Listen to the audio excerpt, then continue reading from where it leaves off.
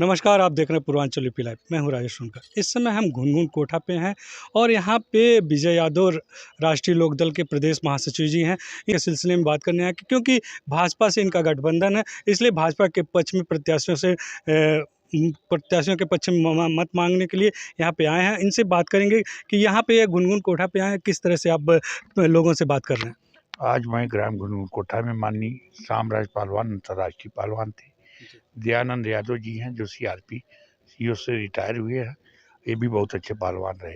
हिंदुस्तान में कोई ऐसा कोना नहीं है कि इन दोनों लोगों का नाम नहीं कोई जानता है।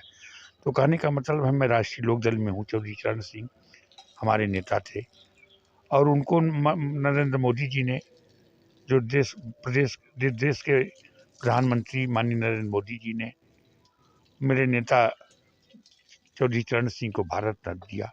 बड़ी सरकारें आई गई, लेकिन किसी ने चौधरी चरण सिंह के बारे में नहीं सोचा। आज चौधरी चरण सिंह की देन है कि हम लोग आज खड़े हैं, जो कि बोल रहे हैं। इसलिए कहने का मतलब है कि हमारा हुआ गठबंधन जयंत चौधरी ने किया है, तो हम अपने नेता के सम्मान के लिए, जो गठबंधन हुआ है जयंत चौधरी के सम्मान के लिए, भाजपा को वोट देंगे।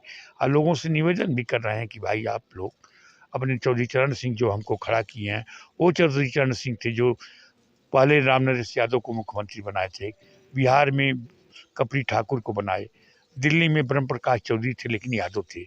तो उनके लिए आज हम खड़े हैं, तो चौधरी चरण सिंह के लिए खड़े हैं। तो इसलिए हम आज मोदी जी को उनका जो ऋण हमारे ऊपर है चुकाने के लिए माननीय योगी आदित्यनाथ जी हैं, जो उत्तर प्रदेश के मुख्यमंत्री हैं, तो आज उनको जो रविकिशन जी चुनाव लड़ रहे हैं, उनके हक में हम वोट मांग रहे हैं।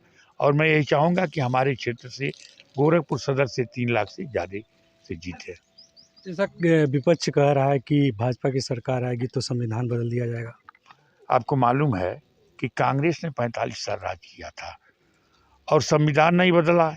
बस यही बदला कि 25 जून 1975 को नसबंदी लागू कर दिया, आपातकाल कर दिया। जितने बड़े नेता थे जेल में ठूस दिया गया और उसके बाद जितने गरीब आदमी नसबंदी हुआ, किसी बड़े आदमी का नहीं हुआ था। तो मैं आपसे कहना चाहता हूँ कि सपा के माननीय अखिलेश यादव जी हैं और पूरे उत्तर प्रदेश में 5 लोग, उनके परिवार के लोग चुनाव लड़ रहे हैं।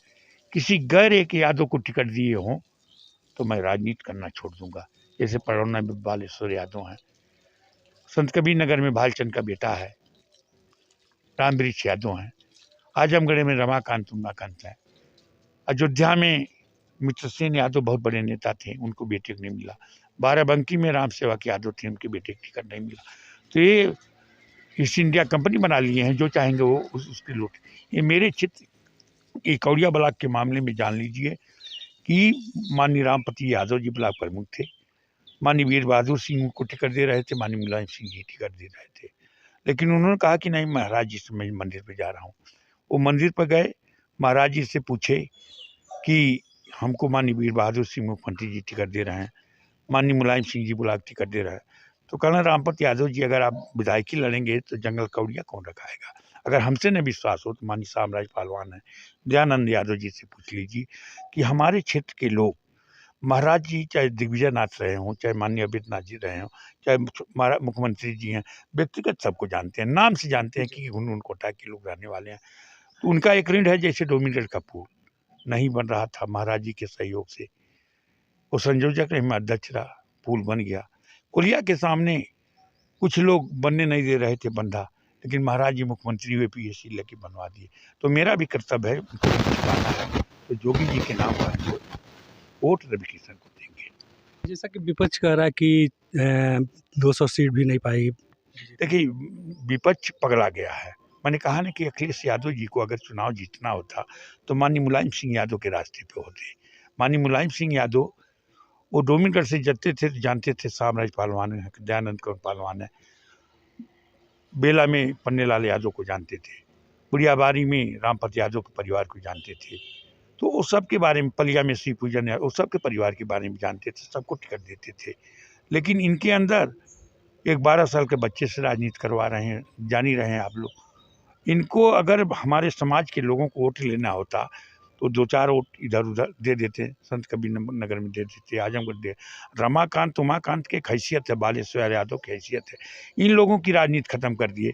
डीपी यादव गाजियाबाद में जो माननीय मुलायम सिंह को आगे बढ़ाए थे, उनके बेटों को टिकट नहीं दिया गया। तो ये बताइए, यादव बधुआ मजदूर नहीं है।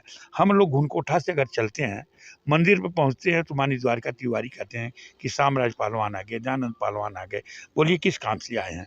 और कौड़िया ब्लॉक में महाराज जी की कृपा से, चाहे रामपत यादव हुए, चाहे बमनी यादव हुए, जो प्रेजेंट टाइम में इस समय ब्रिजेश यादव हैं, ये महाराज जी की कृपा है कि यहाँ के यादव का सम्मान है, प्रमुख बनाए हैं। तो इसलिए हम लोग वो है, जैसे महाराज जी के मुख्यमंत्री जब से हुए, सिंचाई विभाग का बंधा बहुत अच्छा बन गया। सिवरिया में वो बनने जा रहा है, बैराज बनने जा रहा है कि जो पानी आएगा तो सूख लेगा।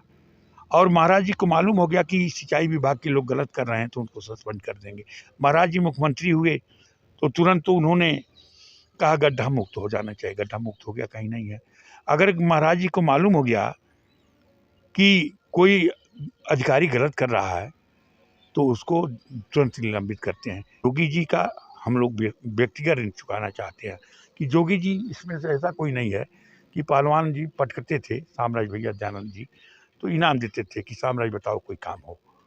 तो ऐसे महापुरुष को हम लोग जिताएंगे जो हमको व्यक्तिगत जानता हो, और जो हमको नहीं व्यक्तिगत जानेगा वोट कैसे मैं दूंगा। ये थे विजय यादव जी। विजय यादव जी ने कहा कि ऋण को चुकाना है, इसलिए बीजेपी को वोट करना, क्योंकि महाराज जी ने हम लोगों को सहयोग किया। महाराज जी हर सुख दुख में काम आते थे, इसलिए बीजेपी को जिताना है। पूर्वांचल यूपी लाइव के लिए मैं राजेश सोनकर।